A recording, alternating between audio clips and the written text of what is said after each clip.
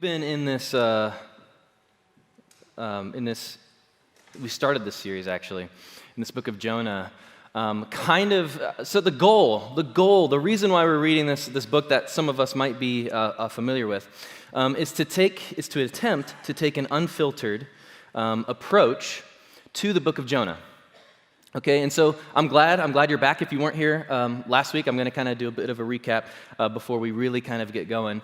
But I'm glad you're back this week because this is an incredible book, and I do think it's really worth our time to read it, to take a more thorough, deeper read, more thoughtful read of this book. To those of you who were inspired to after last week to send me links or pictures of your favorite Jonah children's book, thank you. What y'all sent me, it was great, and I can admit there are definitely some great children's versions of the book of Jonah out there. And so I guess what I mean by that is there are actually some more accurate children's books to the story of Jonah, at least to the story that we find in the scriptures, as opposed to other children's media, say like Talking Vegetables, right? Okay, and so great. I had this up there last week because I think that the reality is this is kind of how many of us have come to be familiar with Jonah and who Jonah is, and so through popular children's media, that's kind of how we know Jonah. Many of us would probably consider ourselves familiar with Jonah because we know him as Jonah. He's the guy that got swallowed by a whale, right? Jonah and the fish or the whale, depending on whatever book you grew up reading, okay? So he's that guy. And while that part of the story, it's very true. Like, we're going to get there. We're going to get to that part of the story. Don't you worry, all right? We're going to talk about the fish, okay? So while it's very much a part of Jonah's story, very much, it is not the story. And not even close. And when this story becomes about the fish, when the focal point becomes the fish, we can easily lose sight of what this story is truly about. So that's why we're here today, to continue to unfilter, if that's a word, reveal, or just take a closer look, de-vegetail this story, okay? The story of Jonah. Because the book of Jonah is actually really quite unique and disturbing and a challenge to read. It's a challenging book. I'm convinced it really can only be understood as an adult. And I think it's great that we can introduce children to some of these stories of the Bible, but you really have to be an adult to understand the themes of this story. Okay? And so we're going to kind of talk about that. So the book of Jonah in the Bible reads like no other book in the Bible. It reads like no other book. No other book of the prophet, but no other book of the Bible, really, for that matter. So for example, it's one of the books of the prophets, which is kind of a series of books throughout the book of the Bible, or throughout the Bible. And here's the difference. It is a story about a prophet, in contrast to what the rest of the books of the prophets are about. In contrast to the rest of the books, which are an account of the prophet's word, their prophetic word to a people, to God's people. Whereas Jonah is about a story of a prophet, not his words. So in that sense, it's very different. Okay? It's also, this story reads like if you were to smash, and I said this last week, if you were to smash a comic book and an SNL skit together. Like that's how the book of Jonah reads. It's very interesting. It's very different. Everything is over the top, and no one behaves like they're supposed to. Okay? Good guys are actually the bad guy. Okay? And the bad guys are actually, they behave like good guys. And the book just ends abruptly with this man named Jonah just being so mad at a plant to the point that he just wants to die. At a plant. Okay? And so it's just this over-the-top book, and all of it is aimed at critiquing the worst tendencies that form inside the hearts of God's people, like hard-heartedness, pride, or as we're going to talk about this week, spiritual apathy or spiritual slumber. Okay? So, through this story about Jonah, who is a character, Jonah is a representative character in this story. Through this story about Jonah, he represents God's people, aka you and me. Okay? We find a profound and challenging message for God's people, aka you and me. Okay? You all with me? All right, great. Okay, if you've got your Bibles with you, I invite you to open to Jonah chapter 1. And we're going to pick up again in verse 1 like we did last week, but we're obviously going to finish the whole chapter this time, okay? I promise. But before we do that, I want to ask you guys, can anyone recall their drive here today? Can anyone recall their drive here today? Okay, if you drove, maybe you didn't drive. Okay, but a lot of you can recall your drive here today. If you can recall, do you remember the car in front of you? Anybody? Okay, we got one person that does. One person that remembers the car, maybe because they braked really hard in front of you or did something to tick you off. Okay, there you go. So they were driving too slow for you. It's weird. A lot of my I think driving really does bring out the worst in us. I will continue to probably come back to driving in a lot of my examples in Jonah, because Jonah is the worst of us, as we'll read and continue to find. Okay, so maybe you can recall something, or maybe the song that was on the radio. Is there anyone here this morning who has no recollection of how they got here? Nobody? But you laughed because I think you know where I'm going. Has this ever happened to you before? Have you ever been driving somewhere and then you get to the park, maybe it's to work, right, or to school, or to pick up your kids from school, or wherever you're going, right, and you get there, or you get to the parking lot, or you get to a stoplight or something, and you realize, holy cow, I don't know where was the last 3 minutes of this drive, right? I don't remember the last 5 minutes I know I passed Essenhaus. But I do not remember, I know I passed the Gallops on my way here, but I do not remember passing the Gallops on the way here. It's funny because all of us kind of have experienced something like this, okay? And we're like, wow, I literally have no memory of the last 5 minutes, okay? And it's just the strangest thing. I think it's the strangest thing. I am fascinated by the fact that as human beings, it utterly fascinates me that we can do something really sophisticated, really sophisticated with our body, but be completely mentally checked out, right? And it's fascinating, but it's also really scary at the same time, right? Because you're operating a motor vehicle, for goodness sakes. Okay, it's probably the most dangerous thing, realistically, when you think about it, it's probably the most dangerous thing you do in a day. Unless your place of work is more dangerous than that, more dangerous than driving at high speeds. Or low speeds. Okay. So this totally happens to us, all right? And it's kind of something where, if someone breaks, or if let's say a person or a deer's coming, or you kind of see them in your peripherals, you kind of snap out of it, you kind of come to, okay? But not really at the same time, okay? You're awake, but you're also not at the same time in those circumstances. And I actually think this totally happens to us in other areas of our lives, okay?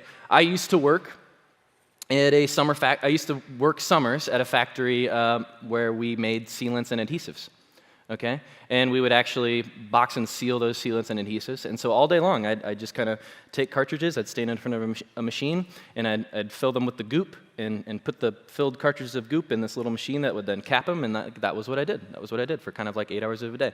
And I remember there would be moments in my day where I would run out of cartridges, and I'd be like, holy crap, I thought I just grabbed a box. What in the world? I have a whole pallet filled that I now need to wrap up. And I'd be like, how in the world did I get here? I don't remember any of this, okay? And so I'd be doing something, I'd be like, oh wait, yeah, I'm okay. Yeah, I need to the machine needs to kind of get fixed or tweaked or something because these are too heavy. And so you have moments where you kind of snap back to it, right? But then you need those moments sometimes because it's you didn't even notice. You didn't even notice that there was something wrong with the machine, or you didn't even notice that you were almost out of something over here. And it's just because you're kind of unaware. You're kind of just in this unaware, sleep-like state. You're checked out, okay? I was awake, I was moving and doing, but I also really wasn't awake at the same time, or I wasn't aware of what was going on around me. And I also think this happens to us. It obviously happens to us most often in parts of our lives that are kind of routine, right? Or dull, or just kind of uninteresting to us. And so, we just kind of mentally check out. But I also think this isn't just how some of us work. This isn't just how some of us drive, or mow the lawn, because it happens to me too. Right? I think this goes much deeper. And I think that some of us might actually live sort of perpetually in this state of disengagement. And so it's like how you live. It's just how you live. It's kind of, you live like this for a majority of your life, or like say, 70, 80, 90% of your life. And then you kind of come to and you're like, oh, holy cow, where did the last 3 months go?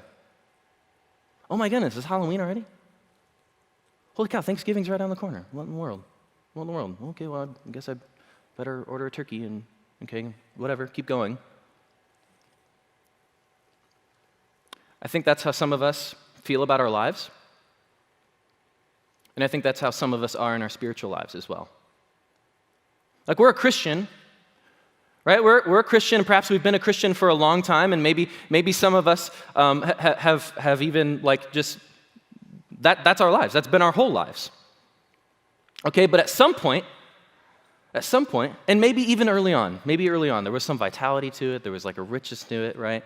Like where you felt like you were aware and awake to what Jesus was doing in your life and in your heart, like reading the scriptures, it still spoke to you.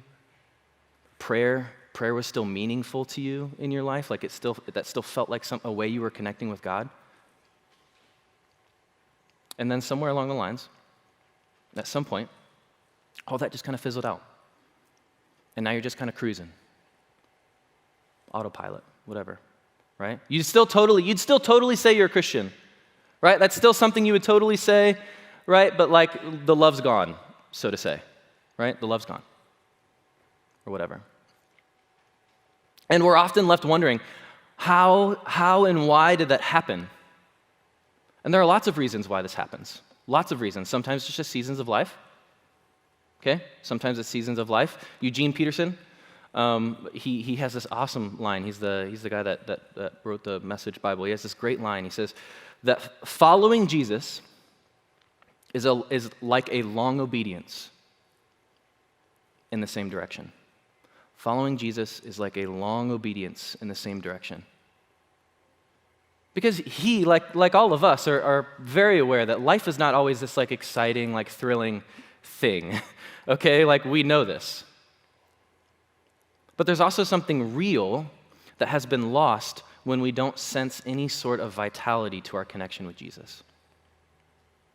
And so sometimes we get to that point through seasons of life, right? It's a season that we go through. But other times it's through decisions that we've made.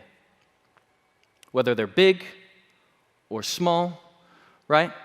Or they're bad or poor moral decisions, and we know they're compromises. We know they're things that we shouldn't be doing, choices that we shouldn't be making, and then we kind of find ways to justify them, right?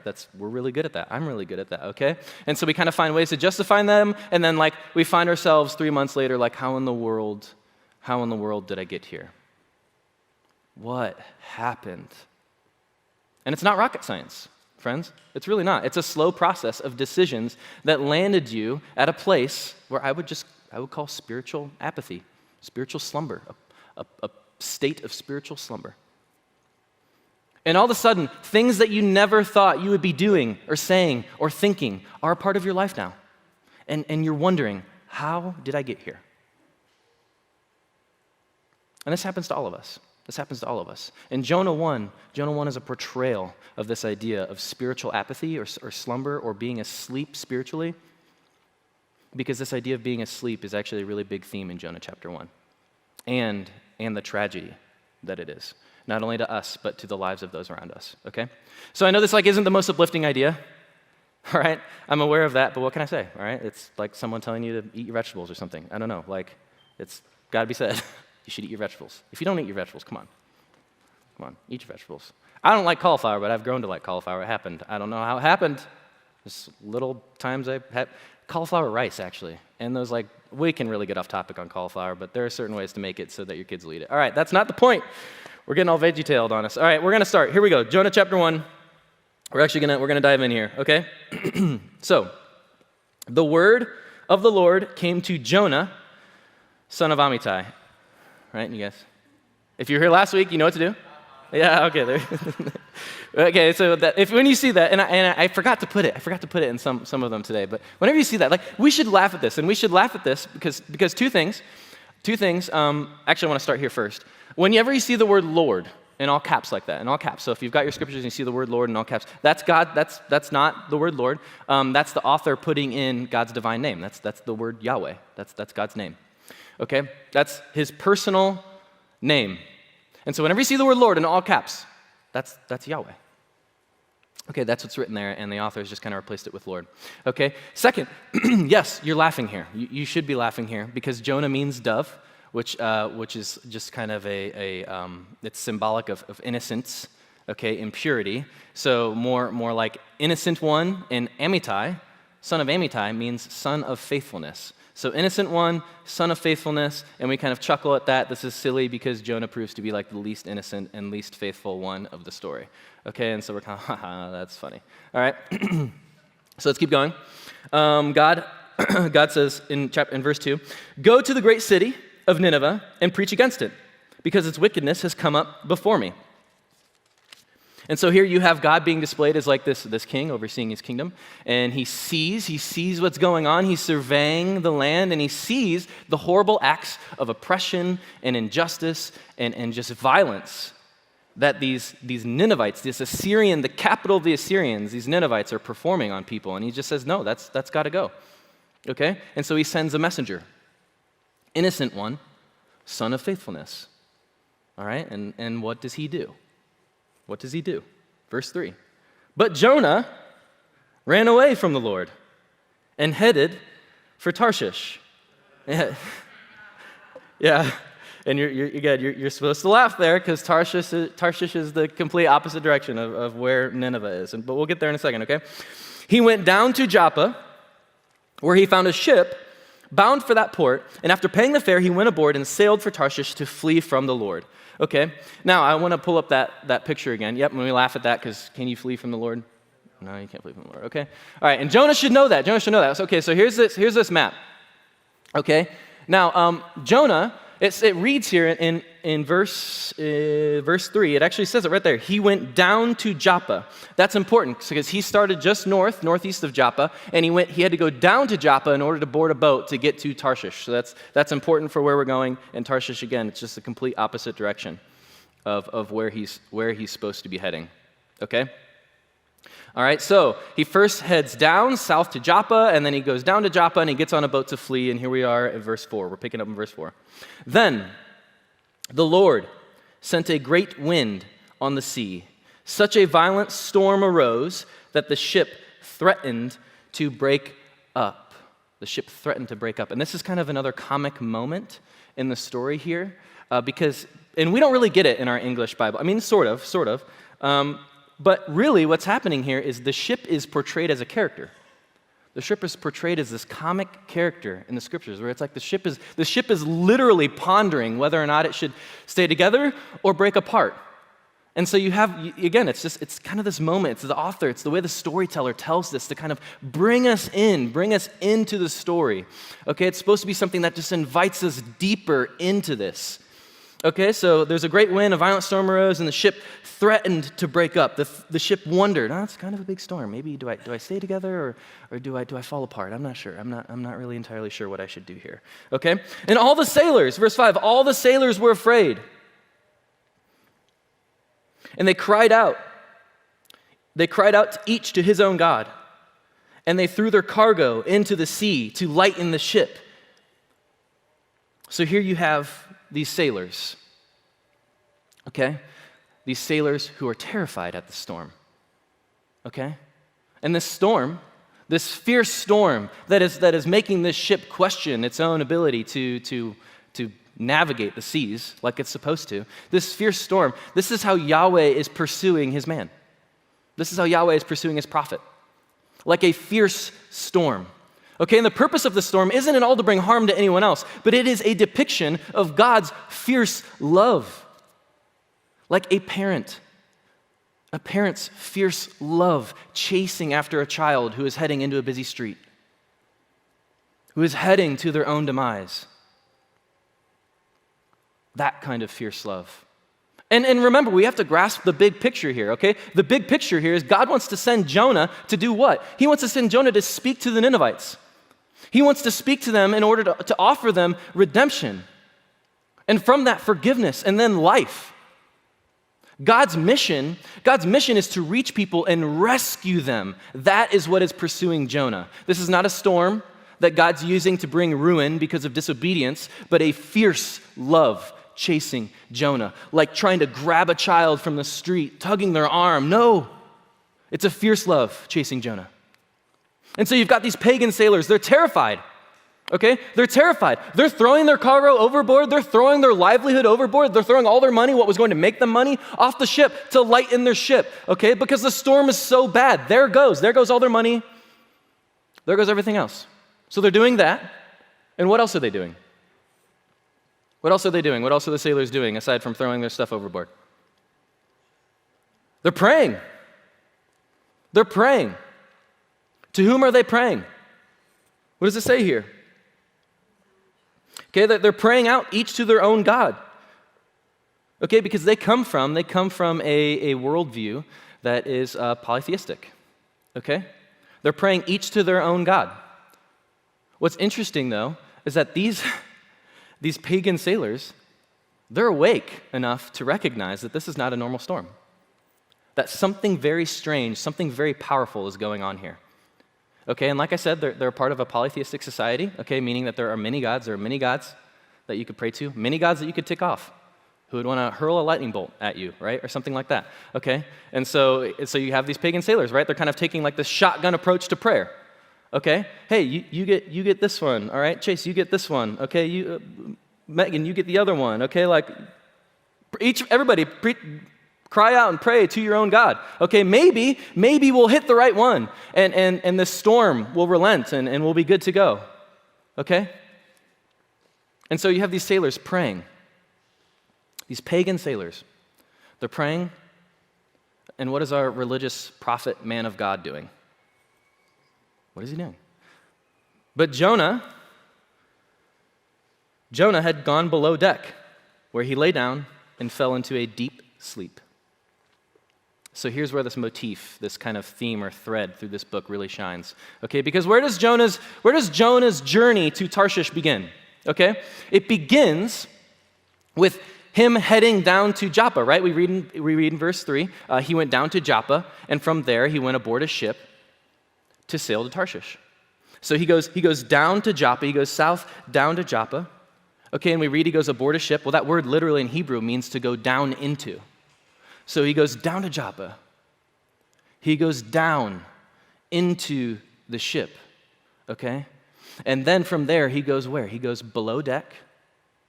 And what does he do? He lays down, and he falls into a deep sleep. Can you see the imagery that's at play here? Can you see what the storyteller is trying to get you to recognize and see? Okay, you've got these pagan sailors. Are they asleep? Are they sleeping? No, they are very much awake, right? They are freaking out, okay? They're afraid. They're throwing their livelihood overboard, all right? They are very well aware of what is going on, okay? They're awake and alert to what's happening around them. And Jonah, where is Jonah? He's slowly descended into a literal but also spiritual slumber. And how did he get here? Well, the author tells us, okay? The author tells us. Jonah decided that he knew better from God. Jonah decided he knew better from God, so he runs. And he didn't run because he was afraid, right? We kind of learned that last week. He ran because he hates Ninevites. He ran because he doesn't want to see his enemies experience redemption and love and grace and forgiveness and mercy. He thinks the world's better off with the Ninevites who don't experience redemption. And so he runs. Jonah has a plan and a vision for his life that he thinks is better than what God has for him. And so you begin to see where this takes him. It takes him down and down and deeper down into a numbed out, checked out state of spiritual apathy. Jonah's sin and continued poor choices, okay, kind of distances him from God and then down into a spiritual slumber where he's just like completely blissfully unaware of what is going on around him, right? He's sleeping, for goodness sakes, okay? It's like he's just unaware to what's happening around him and what's happening to others around him. Who suffers as a result of Jonah's spiritual apathy? Who suffers? the sailors. How's Jonah doing? Jonah's doing great, right? Jonah's asleep. He's fast asleep. He's sleeping like a baby at the bottom of the ship, okay? But you've got these sailors who are very awake and just terrified at what is going on around them. Okay, things are not going well for these guys. They're doing whatever they can possible to keep the ship afloat. And I think this is very insightful for us as the reader. Because Jonah is just absolutely, totally unaware of how his sin is affecting the lives of those around him. Okay? He thinks he's doing just fine. But he is absolutely unaware of the utter calamity that he is bringing upon these poor sailors. His sin has led him to become this like relational wrecking ball in the lives of those around him. And he's so dulled by his apathy that he's totally checked out. He's asleep, literally. And I think this is such a profound image of the nature of sin and its consequences in our lives. Is it not? Right? And actually, it's actually kind of hard for us to see sometimes, because I think in our culture we have this very like individualistic view of morality. We do. Like you can make your own choices. You should make your own choices. You do you. As long as it doesn't hurt anyone else around you, it's totally okay. Right? Do what you want in Jiminy Cricket. Let like your conscience be your guide, right? And so what happens is we have this view, like what happens in Vegas stays in Vegas, okay? Because those are your private personal decisions, and they don't involve anyone else, and no one can tell you what to do, or no one can say that's wrong for you, because you should be able to do whatever you want. We have this very privatized, individualistic, moral worldview, where if it's right for you, it's right for you. You do you. And Jonah 1 just completely exposes that idea. Every single one of our choices, every single one of our decisions, especially our moral decisions, absolutely do affect those around you, or they will. Because every decision you make is forming you, it's forming you into a person, it's forming who you are as a person, and it's also forming your character. Like water dropping into a bucket. Eventually, that water is going to overflow. It's going to fill up and overflow into the lives of those around you, good or bad. It's going to have an effect. And so what Jonah 1 is exposing for us is how someone becomes a wrecking ball in the lives of those around them. Okay, and it's through 1,000 small moral compromises, through 1,000 small decisions. What was at first just a private decision between them and God, all of a sudden wreaks havoc in their own lives and in the lives of those around them. And then we wonder, how did I get here? It's the tragedy of spiritual slumber, spiritual apathy, and it only gets more intense. Okay, verse 6. The captain went to him and said, "How can you sleep? Get up and call on your God. Maybe he will take notice of us, that we will not perish." Okay, and this is kind of funny. This is ironic. Okay, because maybe Jonah's God will notice them. Did Jonah's God notice them? Absolutely. Like the very reason they're in this like predicament is because Jonah's God already noticed them. Okay, and this is just ironic in so many ways, because Jonah is like this prophet man of God. Okay, and he's sleeping. He's sleeping, and so this captain is like, "Go wake. We need to go wake up this guy." How can you sleep? He says to Jonah, "Get up and call on your God. Maybe he will take notice of us. Maybe he will not perish." And it's ironic because you have this pagan, polytheistic sailor rebuking, like telling this prophet to do what? Something as simple as pray. To pray. It's funny that the first people we see crying out to gods or to something supernatural in the story isn't the prophet. Who? It's pagan sailors. Can you see what this storyteller is trying to do, okay? All right, so that's what happens. And then verse 7, these sailors, they say to each other, "Come, let us cast lots and find out who is responsible for this calamity." Okay, and casting lots is like kind of like ancient dice rolling. It would have been a way for them to kind of discern like God's will, okay, like something like that. And ironically, when they cast lots, who does it fall on? Oh, wouldn't you know it? It falls on Jonah. It falls on Jonah, which is just hilarious. It's hilarious, and it's actually kind of sad at the same time, because it's so interesting how. And this is the case, I think, in many of our lives, like especially when we see someone who says they're something and then they're not, like just the hypocrisy there that we see. Okay, and so they ask him, they call him out. They're like, "Jonah, tell us, They're freaking out. Tell us, who's responsible? Like, the lot was cast on you. Obviously, you're the problem. Like, who is responsible for making all of this trouble for us? What kind of work do you do? Where do you come from? What is your country? What people are you? And I love Jonah's response. He answered, I am a Hebrew, and I worship Yahweh, the God of heaven who made the sea and the dry land. It's rich, is it not? It's rich. Jonah says, I worship Yahweh. I worship Yahweh. And we're sitting here like, no, you don't. You don't worship Yahweh. Okay, this is rich. What is this? What is happening here? This is like religious baloney at its finest. This is like the peak of religious hypocrisy. Why? Because we can see that his words and his religious confession of faith are incomplete. They are in utter and complete contradiction to the choices that he's been making through the story, right? Just a complete contradiction, okay? And us as we're into this story, we're reading this, and we're just eating this up. We're like, Jonah, how could you say that? Are you serious? No way. You don't worship Yahweh. Look, you're running from Yahweh. There's not a chance you worship Yahweh. Like this horrible, hypocritical man, like we're eating this up. I can't believe anyone would act that way. Like, what in the world? I would never do. Oh, wait. That's exactly what the author, what the storyteller is trying to communicate. The very moment you start to feel superior to Jonah, you're exactly where the storyteller wants you to be. Oh, really? You think you're better than Jonah?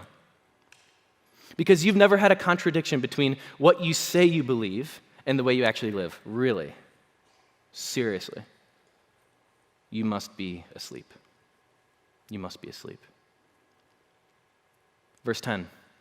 This terrified them. And they asked, what have you done? And the storyteller kind of gives us a hint, right? He kind of takes us back. He's like, they knew he was running away from the Lord because he had already told them so. It's kind of like, when you're on a plane heading to a different country, or you're traveling abroad, and they're like, hey, what are you traveling for business or for pleasure? And Jonah's response, I'm actually running away from Yahweh. And they're kind of like, oh, okay, that's cool. Like, maybe it's your personal God. All right, whatever, welcome aboard. Like, you paid the fare, come on board. Hello, hi. Okay, great. Okay, and so now they're terrified. And they respond to Jonah, what have you done?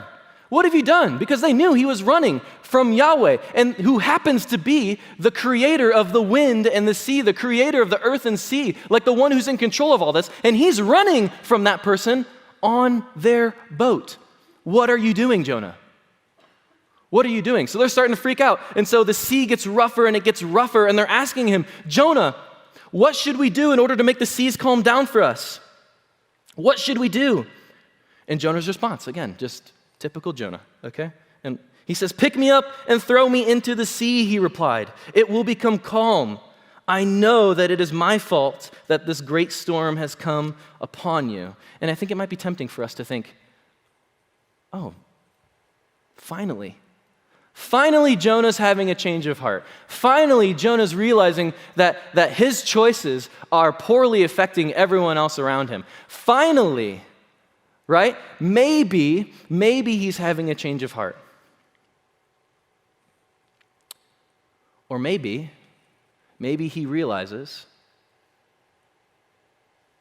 that being thrown overboard. What does this mean? What does it mean if he gets thrown overboard in a storm like this? What does it mean? Death. He is going to die. He's telling these sailors, throw me overboard, kill me, and the storm will go away. I promise you, I'm the problem. Why would Jonah say that? Where does Jonah not want to go? Nineveh. What would be the most sure way to not get to Nineveh? To die. So it's tempting. We're like, oh, finally, Jonah gets it. Finally. No, he still knows what he's doing here. He knows what he's doing. And did the sailors, did they want that to happen? What do we read here in verse 13? Instead, the men did their best to row back to land, but they could not. And this tells me that another thing happens. Okay, Jonah doesn't that's the fact that Jonah's heart didn't change. Because when he says this, right, Jonah could have just said, hey, like, let's go back and we'll go to Nineveh. No, he doesn't do that. He says, throw me overboard. And the sailors are like, heck no, we're not going to do that. Instead, we're going to try and row back. And they couldn't because the sea grew even wilder than before. And then it's so ironic what happens here. They cried out to the Lord. Okay, they finally decide it's getting too crazy, it's getting too wild, the sea's crazy. They cried out to the Lord, "Oh Lord, please do not let us die for taking this man's life. Do not hold us accountable for killing an innocent man, for you, O Lord, have done as you pleased." The first prayer to Yahweh in the Bible, or in this story, not in the Bible, in this book of the prophet, is coming from these pagan sailors. And so they took Jonah and they threw him overboard. And the raging sea grew calm. And at this, the men greatly feared the Lord, and they offered a sacrifice to the Lord and made vows to him. Okay, and what this implies, that's kind of a big deal. Would these men like start a fire and sacrifice a goat or a cow on the middle of their boat? No. This implies that when they got back, they went to a Yahweh temple, a temple that worshiped Yahweh, and they sacrificed. They made a huge personal sacrifice and lit a fire and made vows. They took vows to follow Yahweh. That's a huge deal. Okay, and some of us might think, oh, well then, Jonah is kind of doing his job. Absolutely not. That would be the most ridiculous thing to think. But what it does tell you is can God, amidst our own inadequacies, amidst our inability to go to the places that we might not want to go to, can God still do his thing? Can God still bring people to him? Can God still rescue people? Yes, absolutely. Absolutely. But the Lord provided a great fish to swallow Jonah. And Jonah was inside the fish for 3 days and 3 nights. This is a challenging story for us, because I think when we do find ourselves in these seasons of spiritual slumber, when we don't even recognize the wrecking ball that we are in people's lives, and we're like, man, I need to wake up. Like, how do I wake up? What do I need to do to wake up? Well, you could get swallowed by a great fish. Right? That's the thing. Jonah didn't do anything to wake up, as we'll come to find. Jonah didn't do anything to come to the sense of being swallowed by a fish, because we will find that he later kind of comes to in the belly of the fish. We'll find that next week. God's redemption happened to him. Should we be, when we read that Jonah gets swallowed by a great fish, should we be like, yay, he's being rescued? No, he's being swallowed by a fish. He's gonna die in the belly of a fish. That's like the Sarlacc pit in the Return of the Jedi. Okay, it's bad. That's gonna be awful. He's gonna get deteriorated. Okay, that's a horrible thing. That's a horrible way to die. Okay. And what's interesting is God takes this story, perhaps this is why Jesus refers to the sign. You have no other. Jesus says to the people, to the religious people that day, you have no other sign other than the sign of Jonah. Because what happens in the story of Jonah?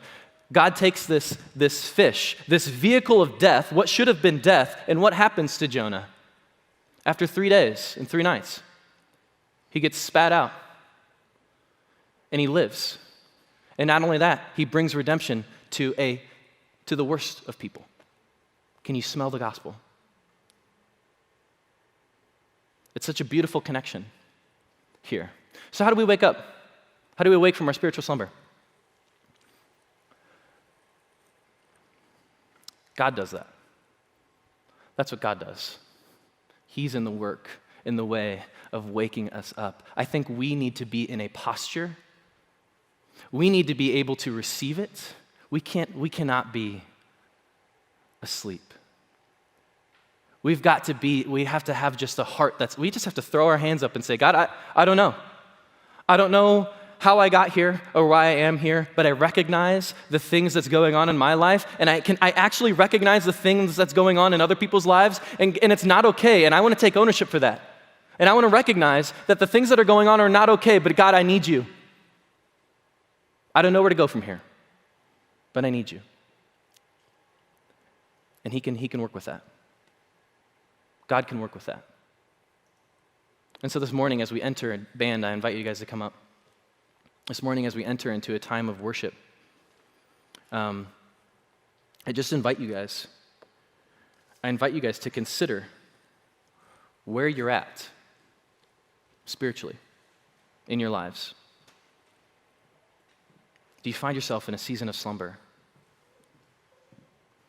And can I just invite you to reflect on the words of the song, prayerfully, and just take a moment just to sink deep into the love, the gracious, kind and loving, quick to forgive Father that is chasing you.